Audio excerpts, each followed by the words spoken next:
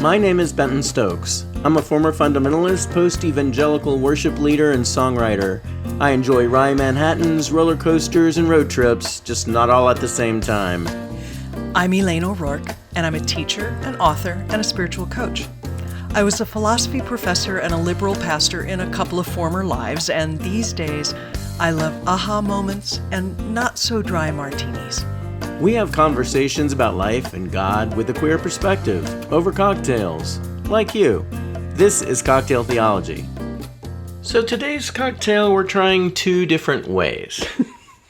Okay. I couldn't decide which one I liked better. All right. I'm calling this one the Deacon. The Deacon? This is the Deacon. Okay. It is comprised of gin, Okay. Lillet Blanc, Okay. and Saint Germain, which is elderflower liqueur. Okay. I liked it straight with just those three ingredients, but I also liked it with tonic water as Okay. a highball. So, And so I've got the one that's just got the three. right. Okay. Ooh, I like that. It's nice, right? It is nice. Let me try it with the tonic. Yeah. Pass it off. Pass it over.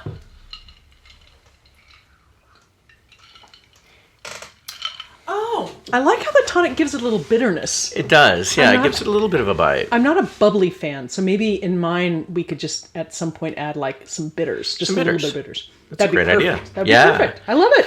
It is a little gin forward, and certainly the kind of gin that you use would help dictate sort of the flavor profile on it. It is kind of sweet because the Lillet Blanc and the elderflower are both naturally pretty sweet. Yeah. But they're nice together. Yeah, well, and the gin has enough of a depth to it Mm-hmm. that the sweet isn't just like sweet. Yeah. Right. Not my favorite issue. Right. No, I think with a little bitters it would be perfect. We'll have to try that. Yeah, definitely. Today, we're talking about baptism. Yes, we are. And I have to tell you that I have decided that I have no idea what I think about baptism.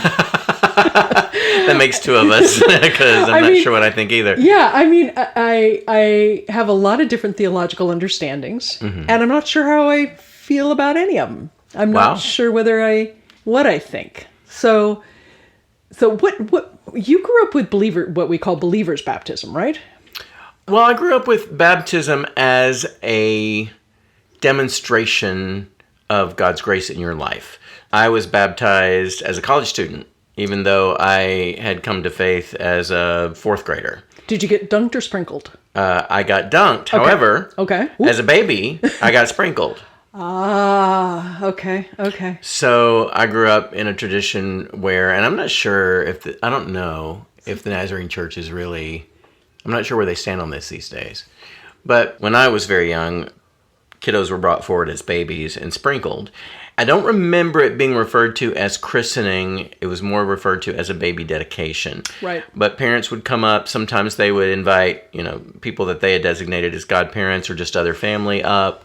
And it was sort of a family committing to parenting this child in the way of Jesus. Right. Dedicating this child's life to God. So I did undergo that as a baby. I don't remember it, but it happened. There are pictures. I'm sorry. Undergo just Yeah. sounds like it was really this It was horrible a experience. procedure. It was a procedure. And But so, not a bris, thank God. No. So that happened. But then my entire family, all four of us, were baptized at the same time as basically adults. Okay. I don't remember what prompted the decision to do that. Okay. It wasn't something that I felt like a driving, compelling need to do. But it was like, we're going forward to say that God has done this in our lives, and we're committing our lives to serving God from here forward. There was another thing in the Nazarene Church called entire sanctification that was actually treated a little more seriously than baptism. That was something that according to that doctrine, that you really needed in order to follow God faithfully for your entire life. And also that theology was very it's very conditional. God's acceptance was very conditional on your behavior. And so the entire sanctification was sort of a commitment to allowing the Holy Spirit to continue to work in your life all the way, and like you would become more and more like Jesus as you walked that way until you died. We were capable of being more and more and more like Jesus the more that we tried to be like Jesus, which, I mean, I get the logic in that. But baptism, on the other hand, was not taught as a sacrament so much as it was as an honoring of God, an honoring of our decision to follow God, a commitment in front of our friends, to do that. Okay. So if somebody asked you, have you been baptized, what would you say, yes or no? Yes. Which of those things was your baptism? To you? And probably infant baptism. Okay. Because I don't think I took the immersive baptism as seriously. Like, I didn't feel like it was key to my salvation, in quotes, right? I didn't feel that the baptism was an integral part of me becoming more like Jesus or closer to God.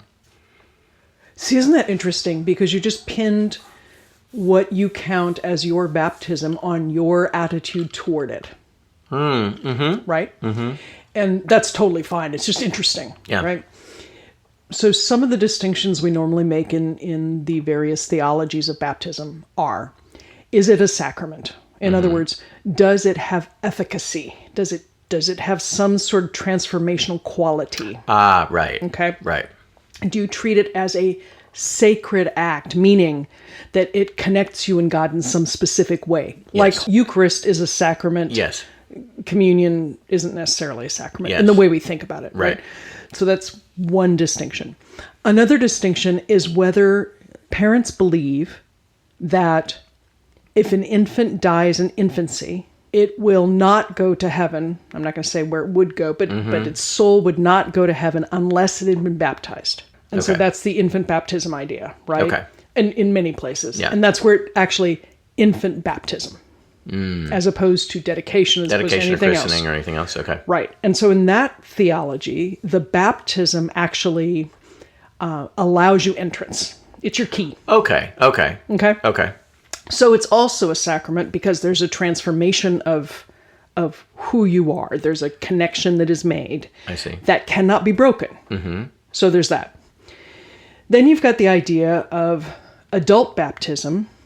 And adult baptism can be either sacramental or symbolic, if you will. Mm-hmm. If you have this idea that if you're baptized an adult, there is some sort of transformation that happens. Like then, first of all, one would only be baptized once because presumably any transformation God does is permanent. It's permanent, right. And then that could be either what we've been calling sprinkling, but it isn't actually sprinkling. It usually is actually pouring of water over the head. Right. Or a cross on the head with water. Mm-hmm. Or it could be full immersion baptism. Mm-hmm. So all of those are in there. Yeah. And then you add to it the idea, and this could only be in a sacramental version, because otherwise it doesn't work, that at the moment of baptism, the Holy Spirit takes up residence in you. So that idea is sometimes connected with baptism, sometimes not, depending upon the theology you're playing with. Right, and in the doctrine that I grew up with, it was not tied to baptism, but it was tied to a certain type of commitment that you made to God to invite the Holy Spirit, like you're saying, to sort of embody you and guide from there. Yeah. So all of those things, plus baptism as a sign and symbol of your being invited into a community. Right. So add that one. All of those can count as baptism. Okay. And all kinds of combinations of them. Sure. When I was pastoring the church I pastored the longest, it was a Congregationalist church, UCC. Mm-hmm. And its way of thinking about baptism was generally that you baptize infants and children, and you do it by pouring water over their heads. Okay. Or making the sign of the cross. But it is that kind of idea where you've got a font that's about as big as your bathroom sink. Right. Right. Okay. And now you could do that with adults as well, but the idea was you would do it with children. Now, the key to that is, and it's true, I think, for all forms of infant baptism, and probably for christenings too, although I haven't thought about it, is there's an idea that if the parents or whomever are making promises on behalf of the child, what they're really doing is promising that they will raise this child in a particular way. Exactly, yes. And that's usually also a welcoming of the child into the community.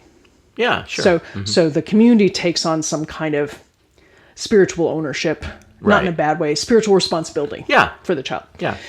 Then usually in churches that have that, there's a corresponding thing that happens later called confirmation. Right. And that's when the young person, usually middle school-ish, early high school, goes through classes and preparation and starts learning what it actually means to seek for God in the manner of Jesus or the way of Jesus.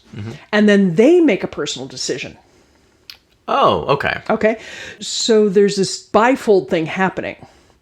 And then the whole Holy Spirit coming thing, that's a whole different, you could have that infant something with confirmation, and either or neither be connected with the indwelling of the Holy Spirit. Okay. Theologically. Okay. So at this church, there were a couple of things that I didn't like theologically at the time, and one was that there was an inconsistency about baptism. Okay. And about the theology of baptism. And that when adults came and they wanted to be baptized, they were treated as infants, in the sense that, they had the minor washing and stuff. But most of the adults I talked to wanted something that felt bigger. Yeah, okay. That I get that. they want, and as we would talk about what full immersion means, including representing the death and rebirth, right? Because you could wonder, you could drown, right? So there's that sense. Most of them wanted that. They wanted that experience. Yeah. Which I completely understood. Yeah. So there was a Seventh-day Adventist church down the street. Okay. That allowed us, because I knew them, to use their baptismal. Oh, nice. Okay. So if an adult wanted to be baptized, I would talk about, what do you think baptism is? What does this look like for you? With kind of minor training. And then the entire church on a Sunday would walk down the street to the other church. And of course, they didn't have worship on Sunday, but on Saturday. Go in, the person being baptized and I would change into clothes that could be wet. And the whole way down, we'd be singing Down to the River to Pray.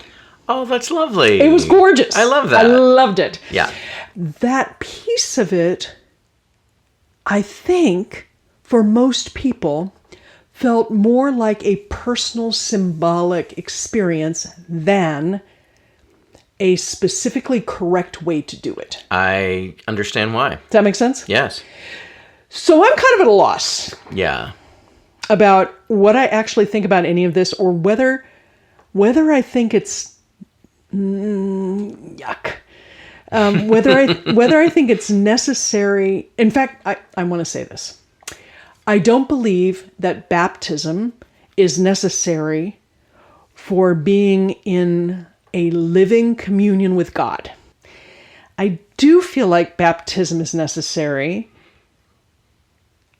for other reasons, but I'm not sure how to parse that. My theology on it has changed tremendously over the years. Yeah. Well, I see merit to all those things you talked about. I mean, I think parents committing to raise their children in a Christ-centered way, a Christ-focused way, I think that's awesome. And so I see the merit in that. I see how that really maybe is more about the parents and their spirituality and their desire to raise a child in that way than it is about the child itself. Also, in the tradition in which I grew up, there was a quote-unquote age of accountability. So children were considered to be innocent for a period of time. And then what that period of time is, I'm not really sure. But if babies died, it was just assumed that they went to the arms of Jesus, right? So it wasn't so much to protect the soul of the children. It was more about a dedicating of the parents to raising a child in a certain way, which I see the merit in that. And then that also kind of contradicts what I said earlier about how I feel like that was more my baptism than the other thing that I did. But I see the merit in that. I also see the merit in adults making the choice to be baptized, particularly if they are moving to a tradition that didn't value baptism or valued it in a different way. And so now they want to make a shift. Right. And they want to make a decision, and this is a way for them to redirect maybe their lives in a certain way, making that choice to do that. Or if they were never given the opportunity, per se, in a public way to invite the Holy Spirit in, maybe this is a way that you could do that. Right. And just notice what just happened there, right? Like you just tied it to the indwelling of the Holy Spirit. Yes, right. Which would obviously add this significance to it that isn't necessarily tied to some of the traditions you talked about, like in the Episcopal Church when an infant is baptized and then they go through confirmation. But you said neither of those actions actually is an inviting of the indwelling of the Holy Spirit necessarily. I don't know how the Episcopal Church views it. Right, but I'm thinking about them because they're the only church I know that does confirmation. But how those two things, while important, may not be the same thing as inviting the Holy Spirit into your life or into your choices or into your soul or whatever that means. Yeah. Okay, I noticed in what you just said that there's something about the person being baptized, their intent in it. It sounds like that determines whether it's sacramental or not. Huh. Yeah, I can see that. I'm not sure how I feel about that. I don't know how I feel about it either. but I think that knowing people who have been baptized as adults, who maybe weren't, came to faith later in life. Right. And they made the choice to do that. And the sincerity with which they chose to do that and what they were hoping to achieve by doing that. And I don't mean that the change they wanted to see happen, the change they were hoping would happen, or the significance of the event that they were committing to. Right. I think of the church that you and I were on staff at years ago. I was just thinking about that. Where we went to the lake. And that was just one of the sweetest things I think that we ever experienced in that fellowship was when people went down into the lake and they were baptized. And some of them, it was not their first time being baptized. It was a recommitment. It was more of like a symbol of... Yes. I'm going back into the water to be washed and come back out clean. And I thought there was something very sweet about that. Now, whether that's sacramental or not, I don't know. But I felt like there was something very sweet and honest and genuine about that. I have zero problem with a recommitment, where the act that would normally be associated with baptism becomes a personal act of recommitment. Right. Sure. Okay? Okay. No problem with that. Yeah. The idea of rebaptism makes me want to vomit. Right. Rebaptism doesn't make sense. Well, it does or doesn't. Right. Okay. Right. But the reason it makes me want to vomit is either you think baptism matters or you don't. Right. And if you think that, I guess I'm answering my own views because that I feel really strongly about. Because if you think that God is involved, that it isn't just a thing that's inside you or between you and the community. If you think God is involved in that, then one baptism should be sufficient. Sure. Unless, and this is the part that I'm just suddenly realizing, unless you can lose your salvation, which I think is ridiculous, but that's what I grew up with. But that's what you grew up with. So people could be rebaptized because they had lost their salvation and they needed to do it again. Yeah. Wow, that's crazy. Yeah, I'm sorry. Not like, but just complicated. Now, to clarify, I can't think of a situation when I was in the Nazarene church where anybody did that. I did experience that, however, at the church where we were on staff. And the theology of that church was not that different from the theology that I grew up with. I remember having a conversation with someone at that church. And I remember teaching this the first class I ever taught there. Yeah. This makes no sense. Right. And explaining why. Yeah. And trying to emphasize to both the singular person I was talking to and to the class, that if you believe that God's promises are true, if you believe that God makes decisions on behalf of you in a loving way once and doesn't go back and go, dang it, I shouldn't have done that, right? Then, and you see baptism as something where you and God are interacting, Yeah. The idea that you'd have to be rebaptized is sort of like saying to God, you just didn't really show up that day. Like, was your mind somewhere else? I don't think you were feeling it. I don't think you were feeling it. Yeah. So I do have trouble with that. Yeah. Which then leads me to believe that my thinking process isn't sure. My belief is that it's one and done. Yeah. And then what you do with that is up to you. Yeah. So I think what I believe, the things I'm willing to act on, is that when one is baptized, there is some engagement with the Holy Spirit. Call it an indwelling, but I don't think of it as like, woo, in the way that some people do. Yeah. That is permanent. What I used to tell my confirmation students was when they got confirmed or if they wanted to get baptized, that it was as though they got Jesus tattooed on their souls. Oh, I like that. It was very useful as a concept. Yeah. I think that happens. And so I guess there's a sacramental piece for me. Yeah. I think that when one is baptized, whether one is I think when one is baptized and chooses to do something, then there is some transformation that happens, some interaction between oneself and the Holy Spirit. That does not necessarily mean you are now going to live a sweet and wonderful life and be kind to everybody. Sure. But something happens where the Holy Spirit is given permission and access to help guide your own spirit. Yeah. That's what I believe. I like that. Don't know what happens if you baptize a child. I know we did not baptize our child. Okay. We committed her, dedicated her, and so forth with the assumption that she would choose and decide whether to follow the way of Jesus or not. That said, I think if she dies tomorrow, God forbid, she will go to wherever is good and kind and... So I don't know. I didn't come to any conclusions. I'm sorry. Any listeners who were hoping that we would come to the truth on this, it's not going to happen. I don't have any conclusions either. But I when I think of baptism, I think of Jesus' baptism.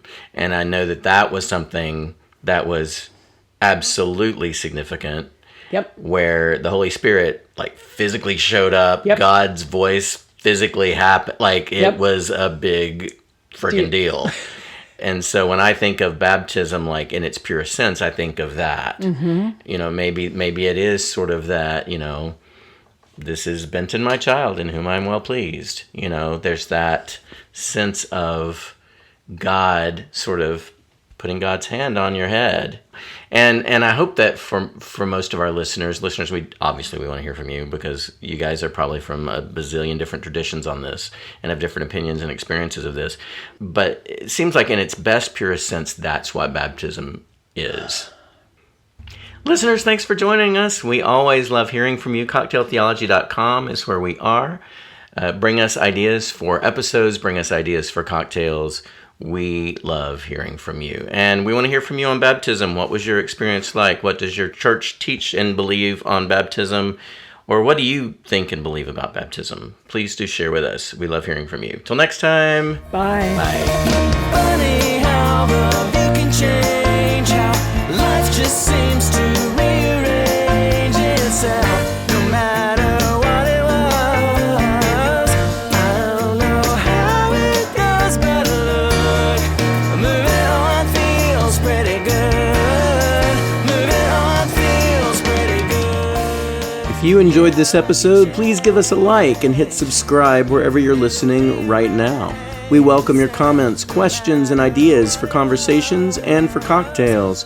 Please get in touch with us at our website, cocktailtheology.com. Cocktail Theology is a production of SFS. Our theme song is Moving On Feels Pretty Good, recorded by yours truly, Benton Stokes. You can find my music wherever you stream your favorite artists. Join us next Thursday for another new episode.